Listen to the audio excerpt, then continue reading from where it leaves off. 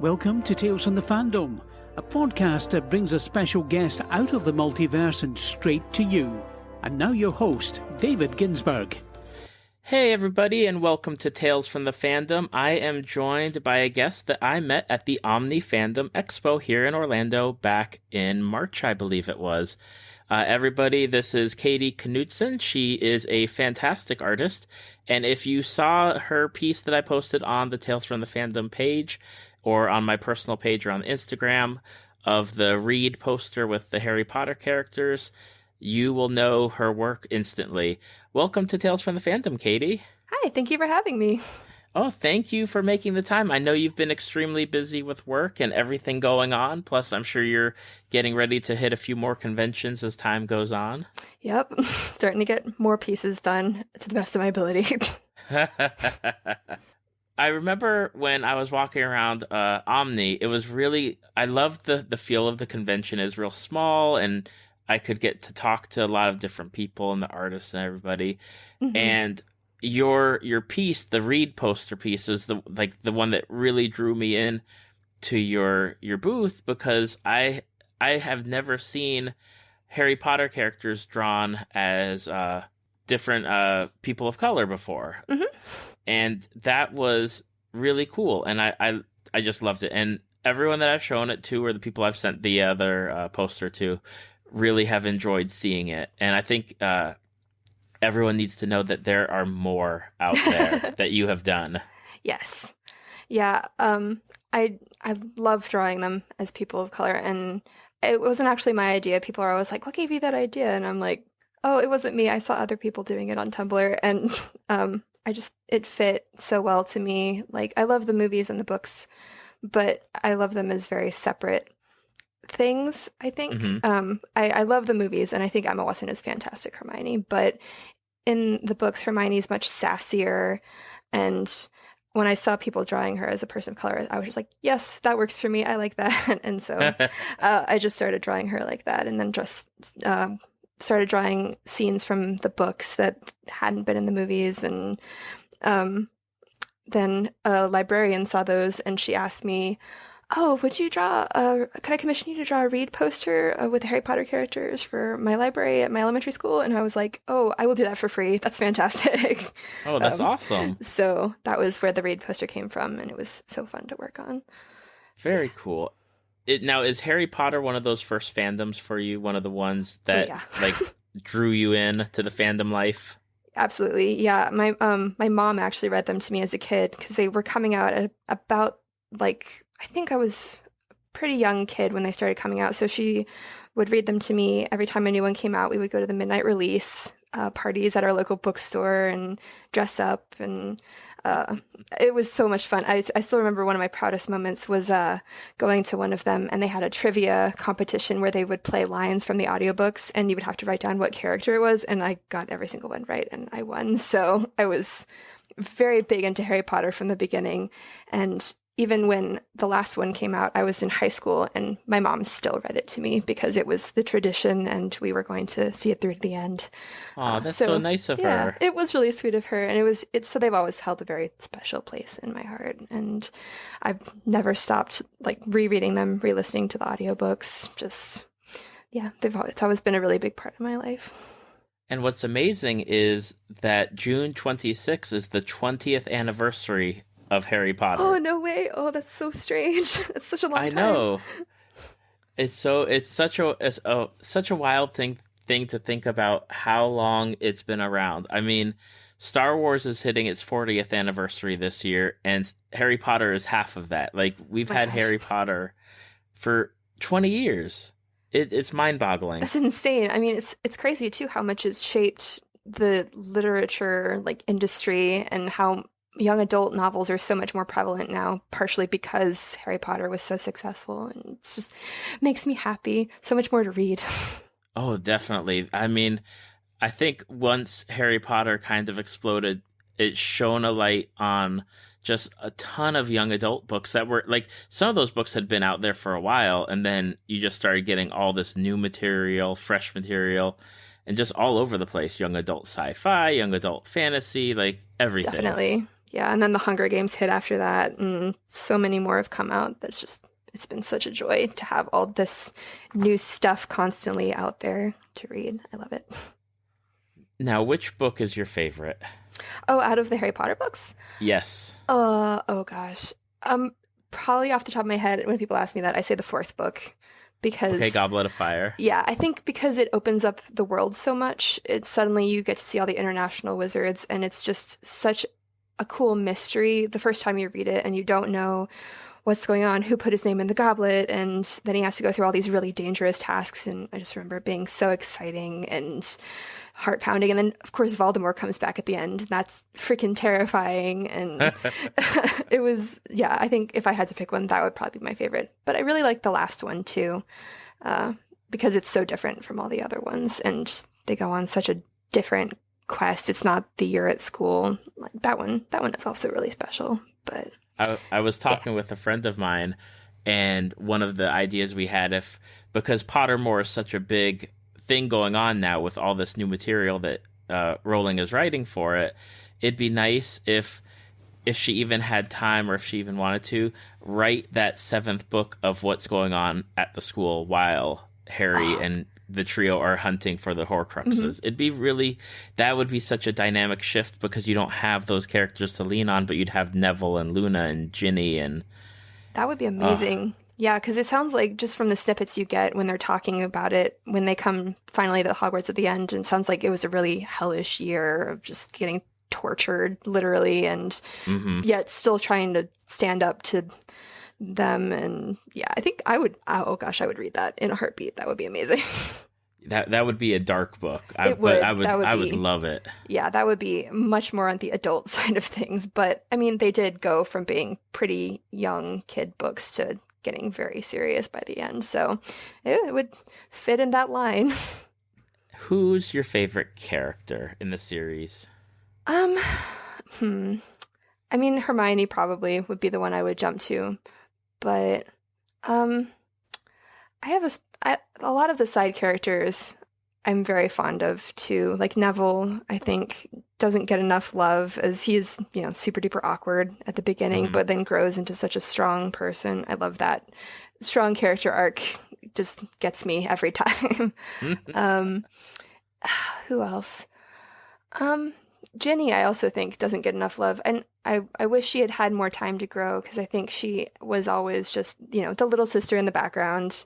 And then in the sixth book, suddenly she was a main character and a love interest, and that just kind of, it did feel like it could have gotten more time. But I think she's incredibly strong too, and deserves love as well. But yeah, probably Hermione would be my favorite, because she is such a tough yet smart and also very relatable woman, because if I suddenly found out that I was a witch, I would be just as excited and would probably study a lot too, like her. That always made a lot of sense to me, that she was so into it. I never got why Harry was so I'm not going to study or work on this at all. I'd be, don't you want to know all this stuff that you suddenly have access to? You were raised by these terrible muggles, and now you're a wizard. Just go learn more spells. Come on. But yeah. Now, one of the things that caught me on the thing that you sent over about underrated characters in the Harry Potter universe was Kreacher. Oh, yes. I love Kreacher. I always felt so bad for house elves in general. I mean, Dobby being the exception, because he is so tough, and he always, was very willing to go after freedom. But Kreacher was always a really sad character, because he cared so much, and then after he had to sacrifice his master, everyone was so terrible to him and just treated him like crap. And it made me really happy that Harry ended up being kind to him and giving him the locket and just treating him decently for the first time since Regulus. That was, oh gosh, makes me so sad thinking about it. But I love the whole story of the house elves, and it always made me sad too that Hermione's whole SPEW Society for the Protection of Elvish Welfare never made it into the movies, and was never a part of that, because it was such a big part of her wanting freedom for the elves. So yeah, I'm a big fan of the house elves. Yeah, I did a rewatch of the movies recently, and it's one of the big things that's always discussed between myself and my friends, or on a few of the Harry Potter fandom communities on Facebook, is the diminished role that Hermione had in the movies, and then the almost complete change of character for Ginny from book to what you see on the movie screen. Yeah, they're both very different. Hermione was much more, I don't know, she was much more of a there to ruin everyone's fun kind of character in the movies. It felt like sometimes she was, and also a little bit more low key than in the books, because in the books she was very involved and very bossy and kind of obnoxious, but that was what made her endearing. And then they definitely toned her down. And Ginny was hardly in the movies at all, which I can understand. You only have so many hours to show it, but yeah, it was interesting how their characters changed so much from one to the other. Yeah, definitely. And I just have to say that I'm so happy that you like Neville, because he's my favorite character. Yay! He's so sweet and has had such a rough life and just such a good person. I was so happy that he got his moment in the 7th book. I remember like audibly cheering when he cut off the snake's head. I think it was so good. Yeah, the thing that always got me with Neville's character, especially in the books, is when you start finding out more about his family and his background, and then realizing that it could have as easily been him, possibly as the proverbial chosen one, if he had even survived the attack. Yeah, once they revealed that it could have been either of them in the prophecy, I was just baffled. I was like, oh gosh, Harry could have had a normal life, but instead Voldemort chose the half-blood like him. It was fascinating. But yeah, poor Neville. He deserves more love. He does. One of the things that I always like to ask Harry Potter fans when they come on the podcast is, what house are you? I'm Gryffindor, which actually I was not expecting. I took the Pottermore quiz because, every quiz I'd taken up until that point had said Ravenclaw, which I was like, okay, I'm fine with that. I'm book smart. That's cool. I read a lot. That's fine by me. And then I took the quiz and it said Gryffindor, and I was like, well, this is the official Sorting Hat quiz, so I will take this at face value, and I'm a Gryffindor now. So yeah, I was very happy with that, though. Like, honestly, I would have been fine with any of them. I always feel bad for people who don't want to get Slytherin and then get Slytherin, because Slytherin can be good too. It doesn't have to be the evil house, but it gets a lot of cred from people. Yeah, it does. I think part of it is the way that it was portrayed in the movies, because you obviously have to have that house where you're really just going against them, or exactly the way enemies. It's portrayed. But in the books, it's different. Yeah, with their portrayal. There's other characters there that aren't Draco or Pansy Parkinson or Crabbe or Goyle. Yeah, definitely.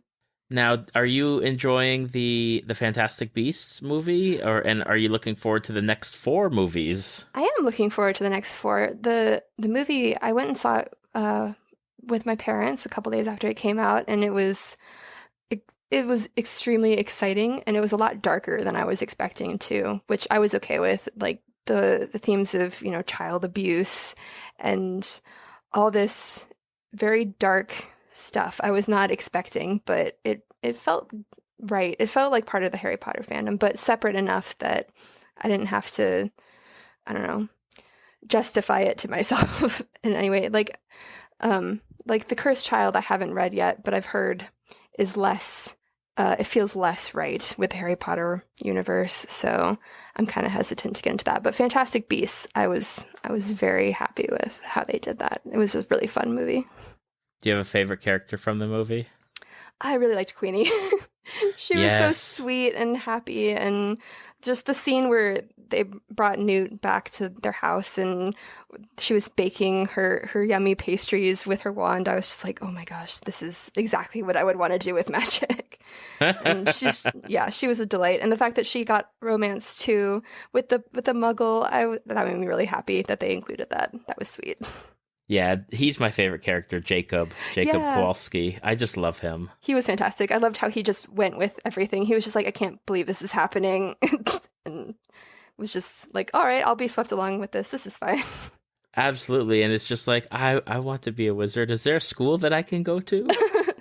You have no idea, dude. Awesome. And it's so incredible that before, you just think it's going to be one movie, and then they announced that there's going to be 4 more, and they've cast young Dumbledore, and all sorts of stuff is going to happen. Is it Jude Law that they cast? Yes, Jude Law. I am so on board with that. Sign me up. I can't wait to see young Dumbledore. Just get more of his backstory, because once they had Grindelwald in there, I was like, yep, good. I think we're going to get more of that backstory. I want to see them fight. I'm super excited for that aspect of it, too, that they're incorporating Dumbledore and his backstory. So exciting. Me too. I am so excited and very much looking forward to the next one. And I hope there's more Fantastic Beasts in those movies. I don't know. So. I don't know how much they can balance with it, but give me some more Niffler. Yes, more Nifflers, more rummaging through jewelry, please. Yeah, I mean, if they're going to have the name Fantastic Beasts tacked on to the beginning, I hope there will be more.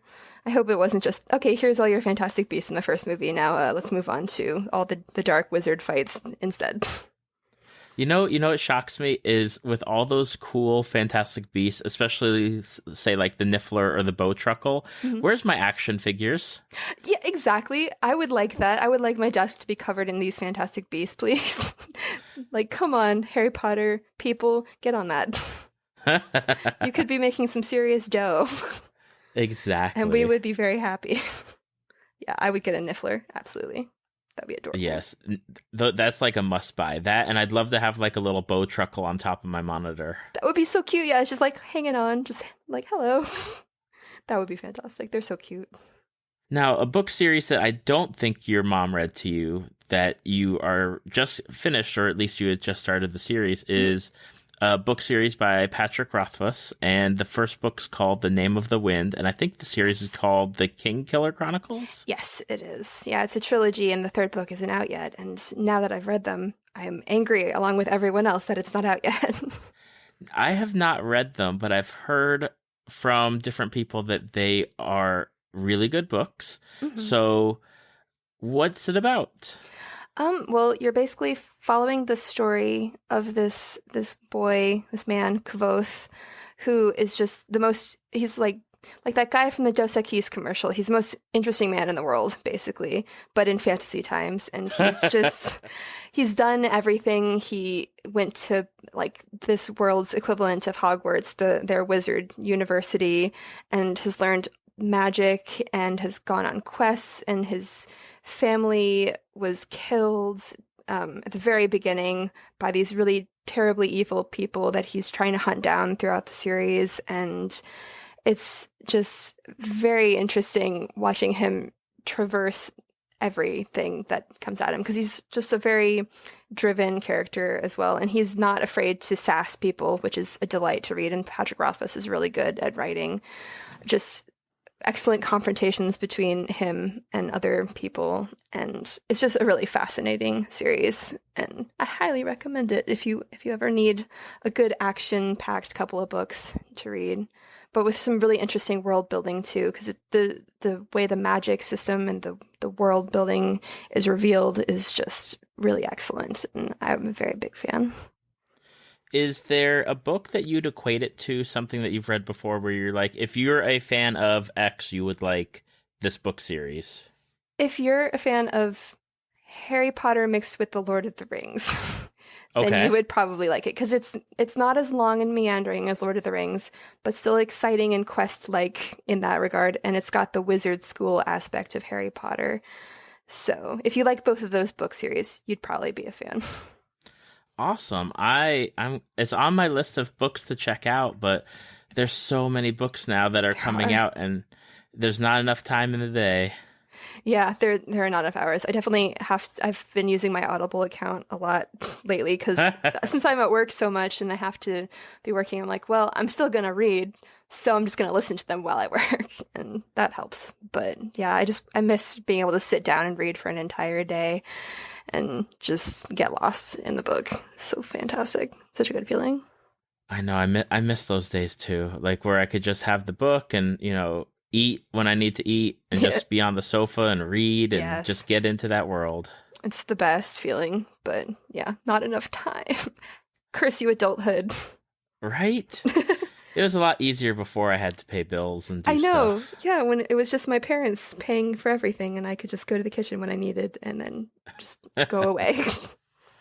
So you say that there's 2 books, a third is on the way. Do you know when it's coming out, or is it just... No, it's he's still working on it apparently. I follow him on Twitter now and I feel bad for him. All these people are like, "When's it coming, Patrick? Come on, write faster." And I would never want to rush him cuz God, I know that it's hard creatively to push yourself to make something, especially if it's the last in the trilogy. I want it to be good, but yeah, he's been working on it for a long time, so it's just kind of, it's like the next Game of Thrones book. Who knows when that is coming, but everybody wants it.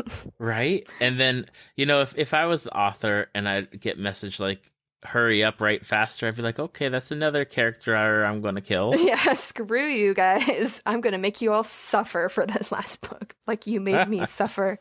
Oh my gosh. And then sticking to the fantasy world, you're into another fandom that I'm super into, and that's Dungeons and Dragons. Heck yes. Now, I guess my first question is, do you play? I do, yes. I have a couple campaigns going on at the same time. I'm not a DM because I don't have the willpower to plan for things like that. I'm very impressed by them. But my friend Nicolette is our DM for a Curse of Strahd campaign that we're running right now.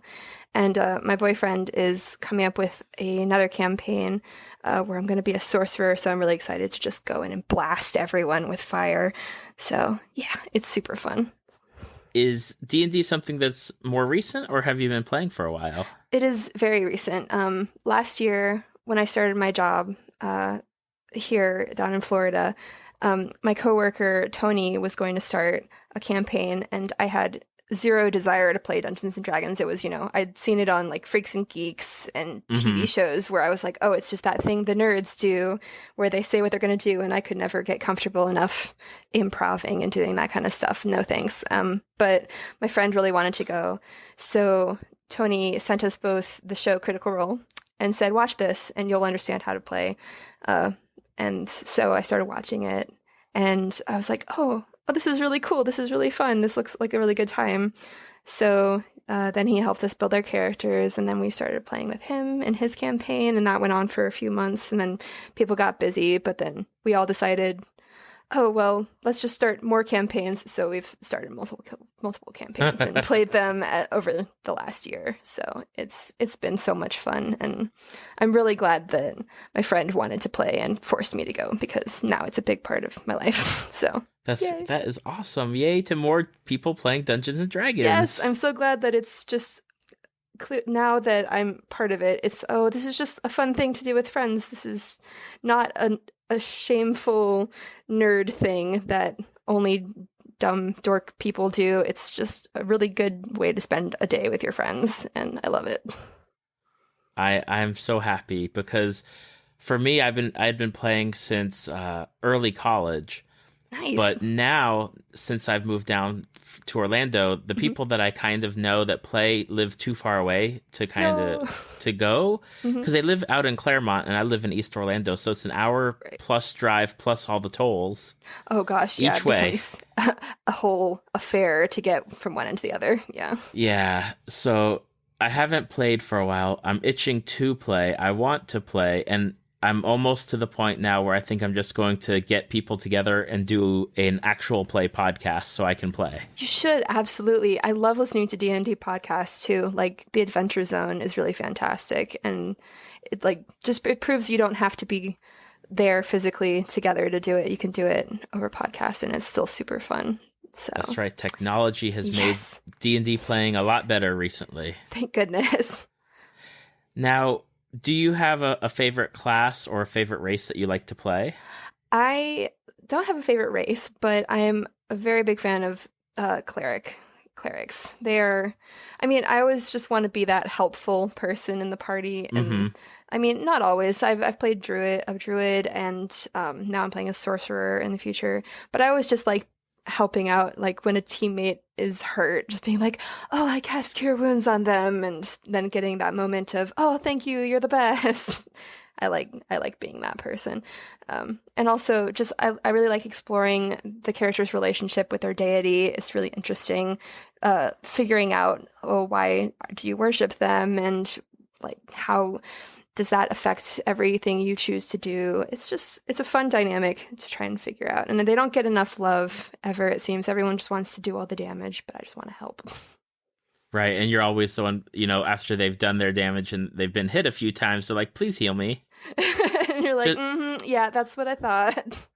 Right. Exactly. I like that, because a lot of people, when they play clerics, number one, a lot of people I know don't even want to play cleric for the reason of, I'm just going to be the person that's healing everyone. Yeah, it's always that, I got stuck with it kind of class. Exactly.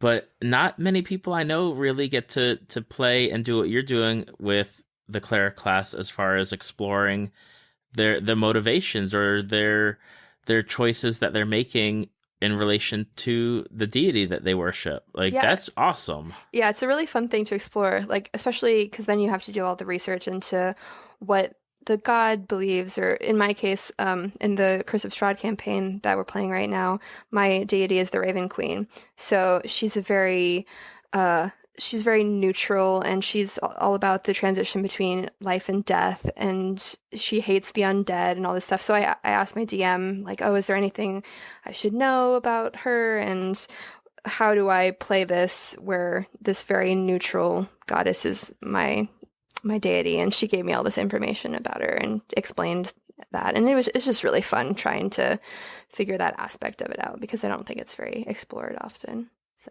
yeah. No, it is not, and it needs to be. I think it just it really depends on the DM that's running the game too, and how much they want to include. But it's also on the player, incorporating that type of stuff into their gameplay, rather than just saying, I cure to heal them, or I cast bless or whatever. It's so fun when you get into it too, and I definitely understand it's really hard, especially the first couple times you play, when you're not comfortable with that and you're still learning the rules, and most of the time you're just like, I don't remember which one is a D20, which is a D12. I don't know what I'm doing. But once you're comfortable with it, it's way easier to do that role playing stuff and just be comfortable with your character and figure that stuff out. So I'm happy that now I'm at that point where it's easy and I know all the rules. So I get to explore that kind of stuff more. It's super fun. Yay. Yay. Now, and you said that you got into it kind of by watching Critical Role, and that's a Geek and Sundry show, if I'm not mistaken. Yes, it is. I don't think I've watched it yet, but I've heard really good things about it. It is fantastic. Yeah, it's all the people on the show are voice actors for games and TV shows and anime. And so they're all very fantastic at their voices. And the DM is Matthew Mercer, who is also a voice actor. And he's, I don't know if you ever played Overwatch. He's the voice of McCree in Overwatch. So he's just incredible. And he knows all the rules back to front. And he does incredible acting and voices. And he's just great at improv. So they were the goal when I watched them. I was like, okay, I'm never going to be that good, but I will try to be as comfortable as they are with their characters. Yeah, I don't do voices when I do my characters. I have friends that they get into it. They've got like that created voice, like, they'll be Scottish or they'll be like Brooklyn accent or whatever they need to do, and I'm just like, yeah, I'll just be me. Yeah, I'm just gonna use my regular voice. Sorry, guys. Yeah, I try sometimes. Like in our next one, I have committed to doing a bad British accent. But that's about the extent of what I can do. Like, my friend was like, we should try doing Russian accents. And I was like, no, that's not going to happen. I'm sorry. Good luck with that. But I can't do that. Okay. And you also mentioned a podcast called The Adventure Zone, which I have on my iPhone ready to listen to, and I just have not listened to it yet. Oh, it's such a joy to listen to. It's one of those this podcast that is so funny that it makes you laugh out loud when you're listening to it, just even if you're alone in your car. And I love that about it. And I'm not done with it yet, so I'm only, I think, halfway through it, but it's hilarious and very loose, and very funny. They're all just super goofy, and it's a family too. The DM is a brother to two of the other players, and then their dad. So they have that family dynamic of just giving each other shit, and that I love so much. So it's a really good one. Congrats on not having listened to it yet. It's going to be a good ride. Yeah, I'm excited. It looks like it's almost 3 years worth of material that I've got to cover. Mm-hmm. Now, for both Critical Role and The Adventure Zone, would you recommend going back to the beginning and starting episode 1 and working your way forward? I would, but at the same time, I understand that it's not incredibly viable, especially for Critical Role, because it's 90-something episodes, and each one is 3 to 5 hours long. So, yeah, it would be a bit of a time commitment. I'd watch them or listen to them at work, but I listened back when there were only 30 or 40 episodes out, so it was a lot easier, and then I just kept up. So I would, if you want to get the whole experience of the story, but also you don't have to. There are arcs, and you can come in at certain parts and still be completely immersed. The Adventure Zone is shorter, so I would start at the beginning for that. But Critical Role, you come in where you feel like it. Yeah, I jumped into a new actual play podcast that just started about maybe a month and a half ago. Mm-hmm. And I was so happy to jump in right when they had started it, because I'm like, oh, I'm on episode 1. I can actually be caught up. Yay, you don't have to go back and binge. Yes, because like every day I have certain amounts of time for listening to podcasts, either driving my kids to school or driving to go get them. Mm-hmm. And I'm like, okay, I've only got enough time for about one podcast a day. And getting in and having a couple other friends had recommended different actual plays to me. I was like, I don't have time to go back and listen to like 3 hours worth of material. Oh yeah, it's a lot. You have to be able to listen all the time to be able to catch up with some stuff. It's just too much content out there. Definitely. Well, that is so awesome that you're playing Dungeons and Dragons. Yay! Yeah, I'm so happy that it's become such a socially acceptable thing now, or it seems like it is anyways, on its way. It's definitely getting there. It's better than, say, I remember playing it in late 99 and getting looks at like the college, not cafeteria, but like the college central area where people like hung out and did stuff, and we would be there with our books and dice and everything, and people would be walking by giving us like those looks that you get. Yeah, there was one time we were playing, actually it was a couple times, our friend who was in our campaign, he lives at this really nice apartment complex where they have one of those fancy theaters at the apartment complex, and it had all these tables and comfy chairs. So we would just commandeer that every Saturday and play Dungeons and Dragons. But sometimes people would come in looking at the apartment complex, like deciding whether or not they wanted to live there, and they would come in and we would all just be sitting there with snacks and dice and a map, and we would just give them the most awkward look, and they would just walk out very quietly and slowly, just like, okay, goodbye. So there's still a lot of understanding left, but slowly but surely it's on the way. It's just like people, they weren't into fantasy or sci-fi, but now you're having shows like Game of Thrones or like Westworld or any of these other things that are slowly bridging that gap between normal person and like that sci-fi fantasy realm and bringing people in. Yeah, it's like, look, this is cool. Don't you see all this blood and gore? We've been enjoying this whole time, but now that you can see it, you can enjoy it too. Another thing that you had mentioned to me before we started recording was that you really get into new things all the time, whether it's books or TV shows or you're going back and watching stuff. What's some of the stuff that you're checking out now? Well, definitely Samurai Jack. The new episodes from the final season are just always fantastic, and it makes me really happy that Gennady Tartakovsky came back and decided to finish it off, because it wasn't complete at the end of, I think, season 4 was the last one, and that they decided to bring it back on Adult Swim because now they can show blood, and that makes it a whole lot more exciting because they had to just have, Jack killing all the robots because you couldn't have him killing people. But now that's not an issue anymore, and it's a lot darker, but it's still just in a gorgeous art style and really exciting, and it makes me super stoked every week to get to watch that and see where it's going to end up since it's going to be the last season. So has his art style changed from the original Jack series? It's pretty much the same. I'd say it's even better because I think they have a higher budget than they did originally, but it's exactly the same style. So it feels very much like it belongs. But it's a heightened level of detail in a lot of the cases, and the colors are still very stylized and beautiful, and I absolutely love it. It's great.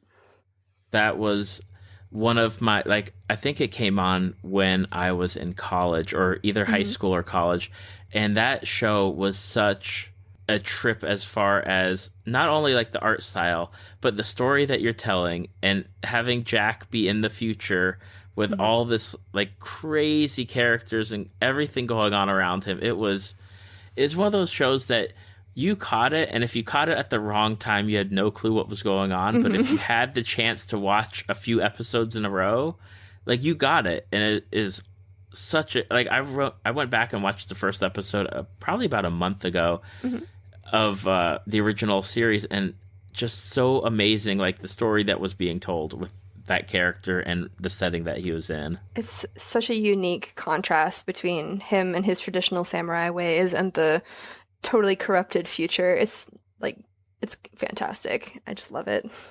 Anything else that you're checking out recently? Well, I've been rewatching Teen Titans, the original, not Teen Titans Go.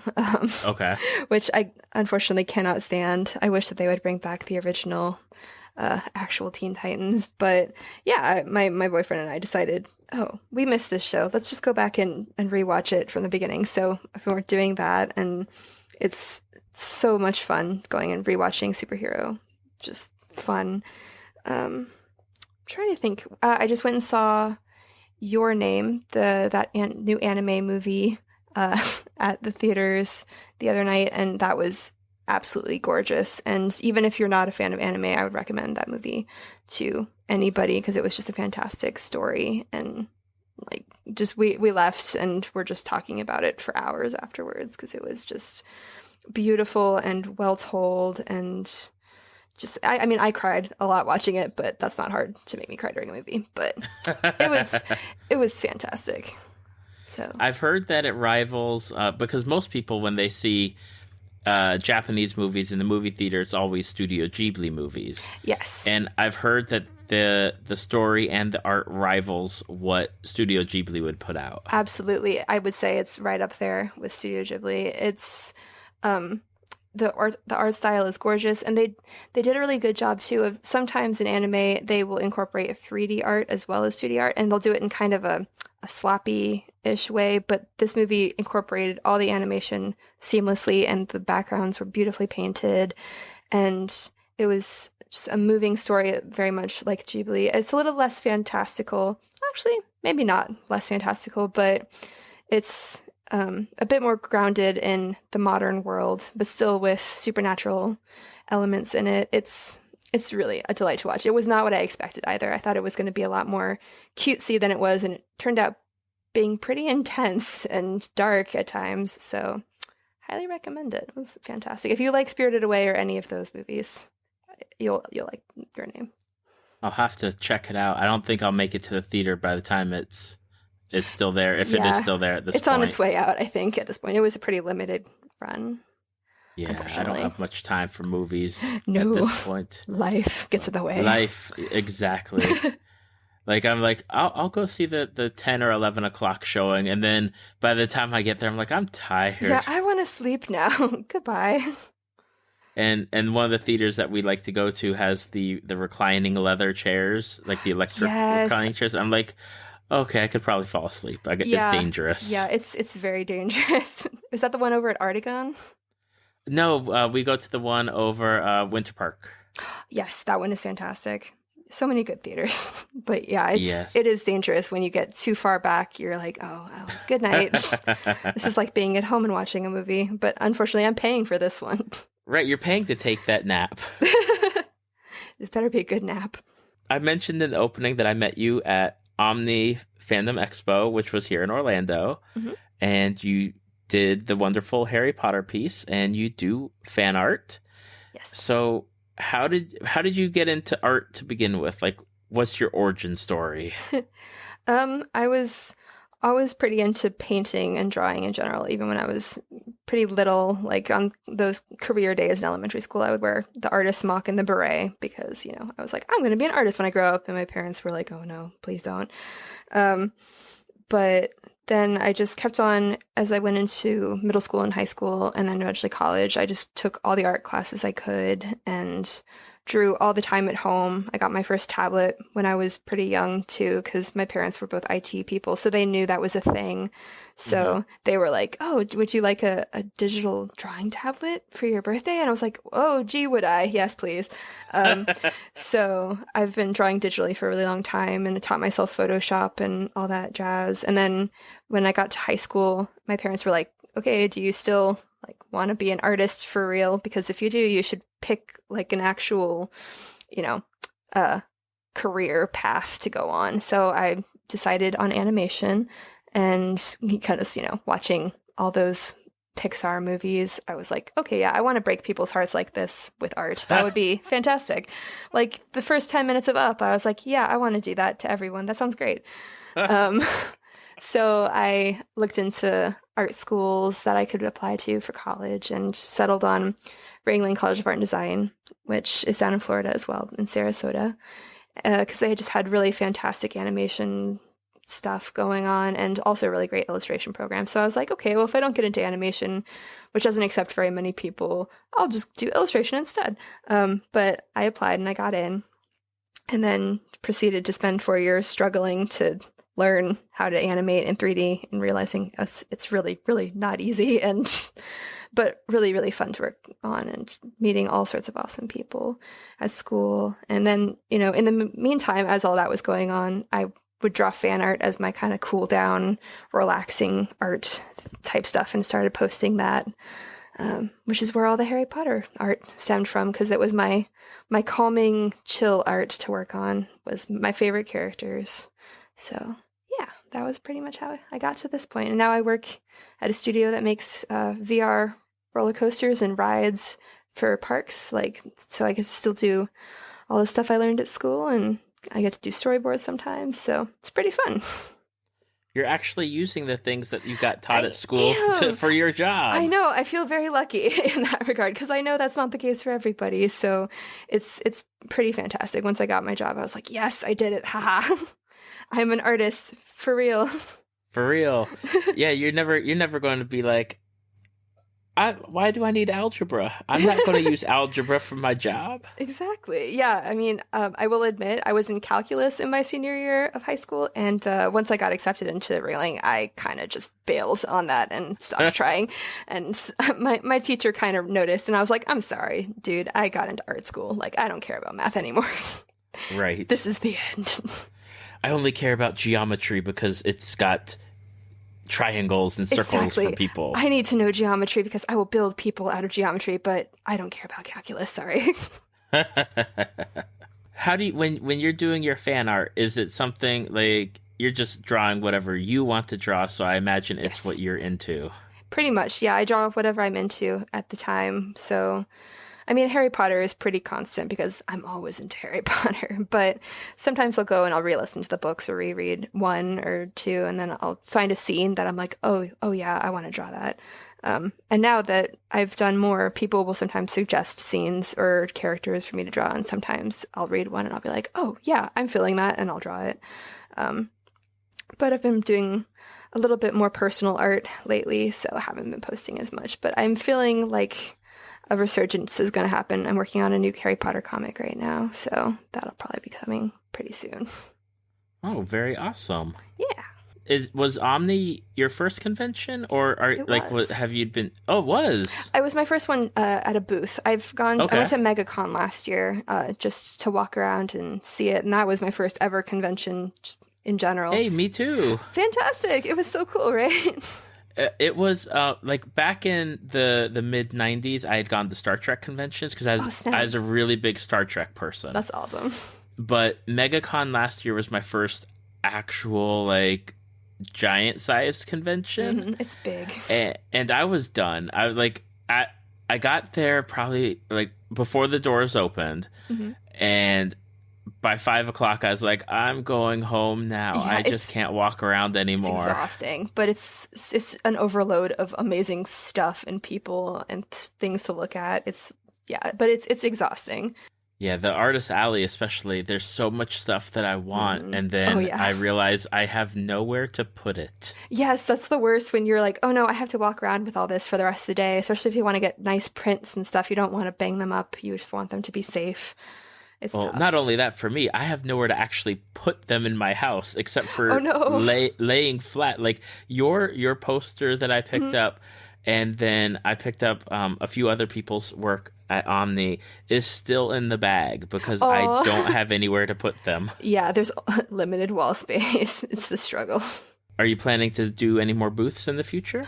Yeah, I've been talking to my friend Angela about that, and I think there's one, I don't remember what it's called, but there's one later this year, I think in August, that we might be going to. But I don't think there's anything set in stone yet, but we enjoyed Omni so much because it was just, everyone was so kind, and it was just really fun walking around. We were like, okay, we need to do this more. This was a good time.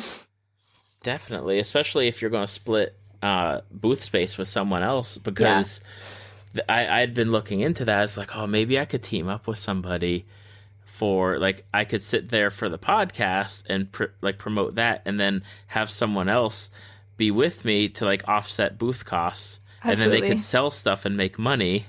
Yeah, it's really nice having somebody to share it with, because it's not cheap getting a table, and it's nice also having the company of somebody while you're sitting there for 3 days, just talking to all these people. Exactly. It's a good time. Exactly. Well, hopefully, if you find out what conventions you're going to be at, I'd love to know, just so that way I can post them so other people, if they're listening in the Central Florida area, can come and check your work out. Absolutely. I'll send you when I know. Now, for people that are listening that want to either look at your work or find your work or follow you on social media, what are some of the best places that they can find you? Well, I would say my Twitter the most often, probably. That's LoquaciousLit. And then my Tumblr is where I post most of my fan art, which is loquaciousliterature at tumblr.com. So, yeah, I'm a big fan of the word loquacious. It's a good word. Okay, and you can purchase, let's see here, you have your work for sale too, correct? I do. I have a Society 6, and that is linked on my Tumblr page, I believe. I just have to ask, because I have no clue about anything as far as Tumblr goes. Like, what if I wanted to start doing a Tumblr? What do I need to know? Because I don't get it. Well, I'm old. Oh, it's all good. It took me a while to figure out Tumblr too. It's an interesting layout, but know some basic HTML, because you'll want to be able to set up your page how you want it to look. And basically you post text, photos, whatever you're feeling up to, and then if somebody is following you, it'll show up on your dashboard. And it's nice because it's all in chronological order. It doesn't switch it up like in Twitter or Facebook or anything, where it kind of shows you, oh, here's from some stuff you miss. It just shows you in order, which means you can miss stuff if you're following a billion people. But it's a nice, just everything that is posted by people you follow shows up on your dashboard, and then you can go to their individual pages that you get to personalize, and it's a cool site. It's a lot to learn, though. It's a little bit overwhelming at first, but it's a good place for artists too. There's a lot of fantastic art on Tumblr. I'm looking at your Harry Potter comics right now, and it is awesome. Oh, thank you. Like, I'm gonna have to bookmark this and just go back and take a look at it later, because it's so cool. Thank you. Now, I just wanna pitch to everyone listening that if you liked the Reed poster with the Harry Potter characters, you have the Golden Trio also available, and you have like the Marauders as their teenage selves, and that was a cool picture too. Thank you. So you guys need to go and check out Katie's work, and especially go and buy it on the Society 6 website, because it's a great deal, because you're getting some wonderful art. Well, Katie, that's it. And thank you so much for taking the time to come on the podcast. Anytime. Thank you so much for having me. I look forward to hopefully seeing you in the future, either like bumping into you maybe at MegaCon or finding you at another convention. And hopefully if you get to come back to Omni next year, and hopefully I'll get to go. And absolutely. I'll hit you up and let you know where I'll be. Definitely. Well, thank you so much. Thank you for listening to Tales from the Fandom. Subscribe to us on iTunes or your podcast app of choice. Follow us on Facebook at www.facebook.com/Tales from the Fandom to see photos, links, leave feedback, and check out upcoming guests. If you'd like to be a guest, email David at talesfromthefandom@gmail.com.